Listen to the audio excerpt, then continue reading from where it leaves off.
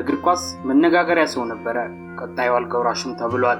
ፕሪሚየር ሊጉን በችሎታው ጉራውና በራስ መተማመኑ ጥግ ላይ ነበረ። ነገር ግን በአጭር ዓመታት ውስጥ ደብዛው ግን የጠፋው ዴሊ አሊ ወርቃማውን ጊዜው በአንዴ ምን አጠፋው? ዴሊ አሊ ምንስ ነው የነካው? የትስ ጋር ነው ስህተቱ? ፕሮፌሽናል ለመሆን የምታስቡ ወጣቶች ከዚህ ታሪክ ብዙ ትማራላችሁ።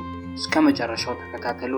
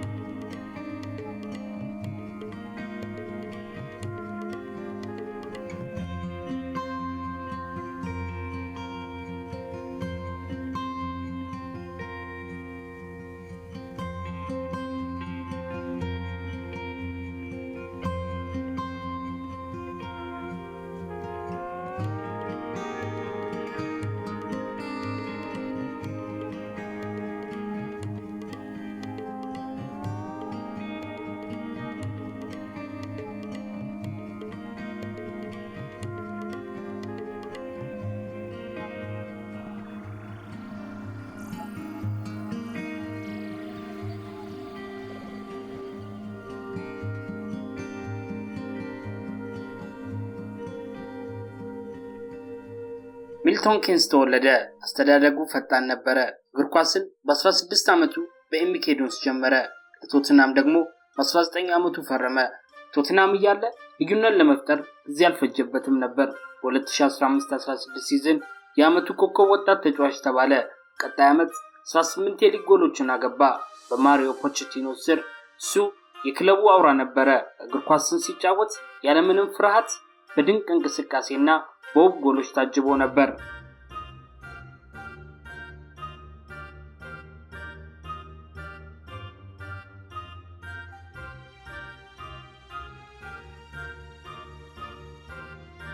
Eriksen's ball in. Dele Alli! Last kick and a half, and Spurs have a 2-goal lead back.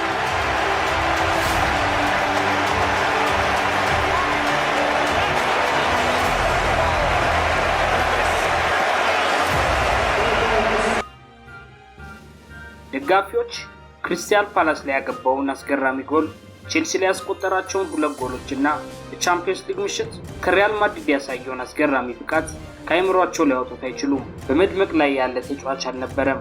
ታላላቅ መድረኮች ሳይቀር የደመቀ እንጂ።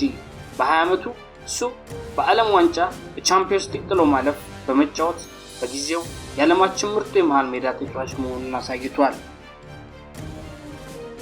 And the deflection! Oh, he's done it again! The deflection helps, there's no doubt about that. But Dele Alli is the talk of the town for Tottenham Hotspur.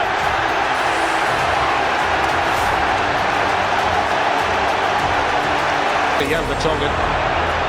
There's Dele Alli off again, and now Harry Kane. Nacho, the last man for Real Madrid. Eriksen's on his way. Eriksen's onside. Eriksen, 3-0. They're in dreamland. Tottenham now. The post. And here's Dele, and Dele equalises. Dele Alli is in the form of his life right now under Jose Mourinho. And against his former club, Mourinho's Tottenham are level. He had some work to do there, Dele Alli. Questions could be asked of the United back line. But it's Manchester United 1, Tottenham quality. Here's Ali, can he get a touch? Brilliant control, wonderful goal. Special players on the pitch, and here's one of them. And can you believe it? Tottenham lead at Stamford Bridge. Eriksen, and here's Son, bearing down on Caballero. Still Son, hits Caballero, comes out to Ali. Yes, 3-1. This one's a messy one, but it doesn't matter to Tottenham. 2 for Ali, 3 for Spurs. ከ2018 ጊዜ ጀምሮ ግን የዴሊ አሊ ዝቅታ ጀመረ። ጉዳቶች፣ የወጥነት ችግርና ስለ እግር ኳስ ብቻ እያሰበ እንደሆነ ጥያቄ ውስጥ መግባት ጀመረ። ጆዜ ሞሪኒዮ የአሰልጣኝነት መንበሩን ከወሰዱ በኋላ ነገሮች ሁሉ ተቀያየሩ። የዴሊ አሊ ትሬኒንግ ላይ የሚያሳየውን አቲቲዩድ በአደባባይ ተቹ። በተለያዩ ጨዋታዎች ላይ ከቅያሪ ወንበር እንዲነሳ አደረጉት። በሚያሳዝን ሁኔታም ለኤቨርተን ውሰት ሰጡት። ከዛም ቱርክ ቤስኪታሽ ሄደ። ነገር ግን ወደ ብቃቱ ሊመለስ ግን አልቻለም። I think you feel that I like you. Yeah. You feel.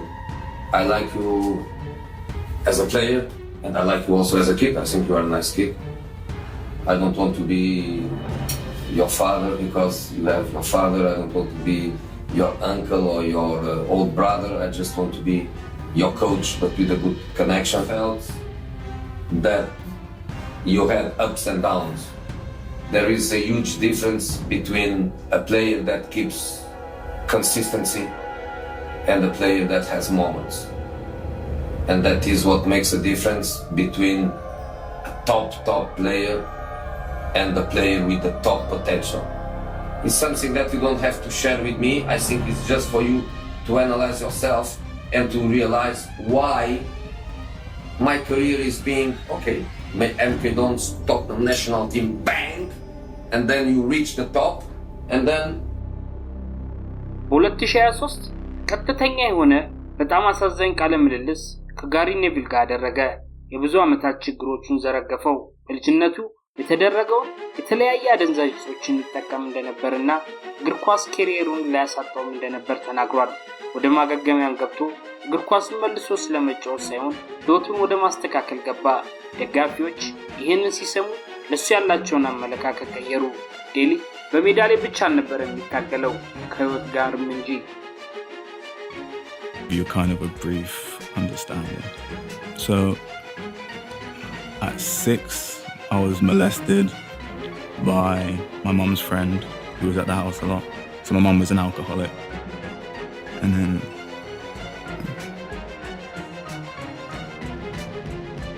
በ2025 ዴሊ አሊ የማይገመት ዝውውር ወደ ጣሊያን አደረገ።